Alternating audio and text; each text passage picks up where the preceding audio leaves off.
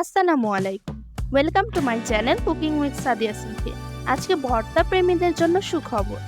যারা গরুর মাংস ও ভর্তা দুটোই খেতে পছন্দ করেন এবং কনফিউজড হয়ে যান কোনটা রেখে কোনটা খাবেন, তাদের জন্যই আজকের ভিডিও। আজকে আমি নিয়ে এসেছি গরুর মাংসের ভর্তা। তো দেরি না করে চলুন দেখে আসি প্রস্তুত প্রণালী।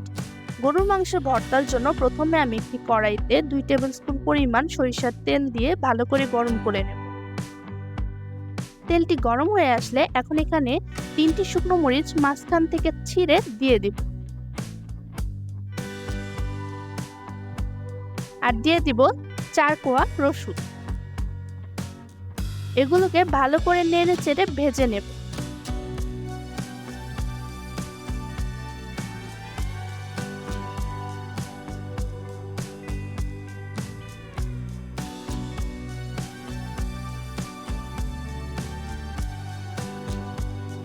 ভাজা হয়ে গেলে এখন এখানে দিয়ে দেব হাফ কাপ গরুর মাংসের কিমা।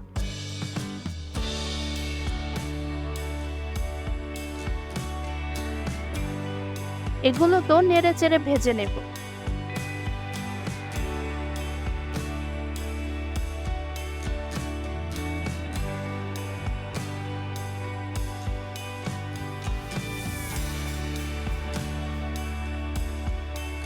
কিছুক্ষণ নাড়ার পর যখন মাংসের কালারটি চেঞ্জ হয়ে আসবে, সাদা হয়ে আসবে, তখন এখানে দিয়ে দেব কিছু গুঁড়ো মশলা। এখানে দিয়ে দেব 1 চা চামচ পরিমাণ করে হলুদ গুঁড়ো, মরিচ গুঁড়ো, আদা রসুন বাটা, স্বাদ মতো লবণ।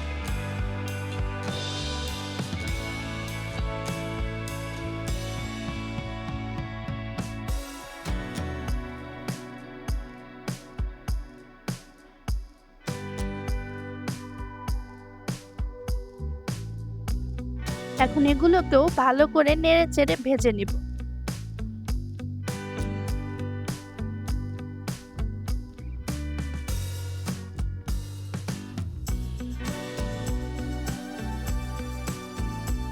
কিছুক্ষণ ভাজার পর এখন এখানে দিয়ে দিব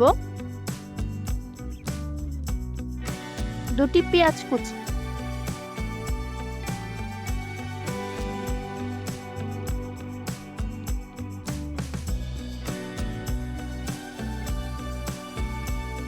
দিয়ে দেব 5-6টি কাঁচামরিচ। কাঁচামরিচটি আমি আস্ত রেখেছি। এখন এগুলোকেও ভালো করে নেড়ে চেড়ে ভেজে নেব।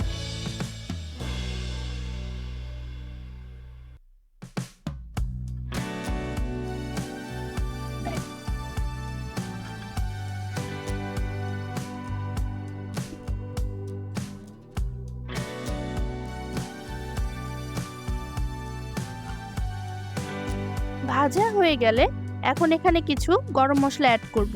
2টি এলাচি, 2টি লবঙ্গ ও 1টি দারুচিনি। এগুলোকে একটু নেড়ে চেড়ে ভেজে নেব।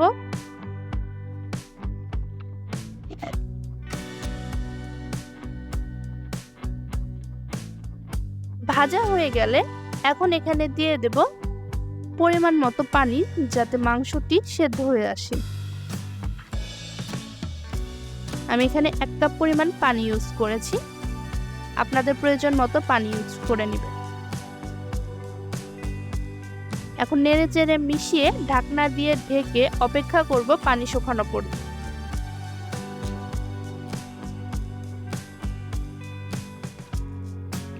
পানি শুকিয়ে আসলে ঢাকনাটি খুলে আবারও নেড়ে চেড়ে কিছুক্ষণ ভেজে নেব।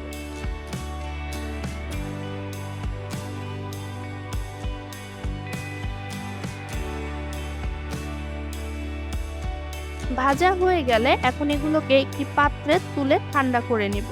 গ্রেন্ড করে অথবা পাটায় পিষে নিলেই আমাদের ভর্তাটি রেডি হয়ে যাবে। আমার ভিডিওটি যদি আপনাদের ভালো লেগে থাকে তাহলে অবশ্যই আমার ভিডিওটিতে একটি লাইক দিবেন এবং আমার চ্যানেলটিকে সাবস্ক্রাইব করে আমার পাশেই থাকবেন। ধন্যবাদ সবাইকে। আসসালামু আলাইকুম।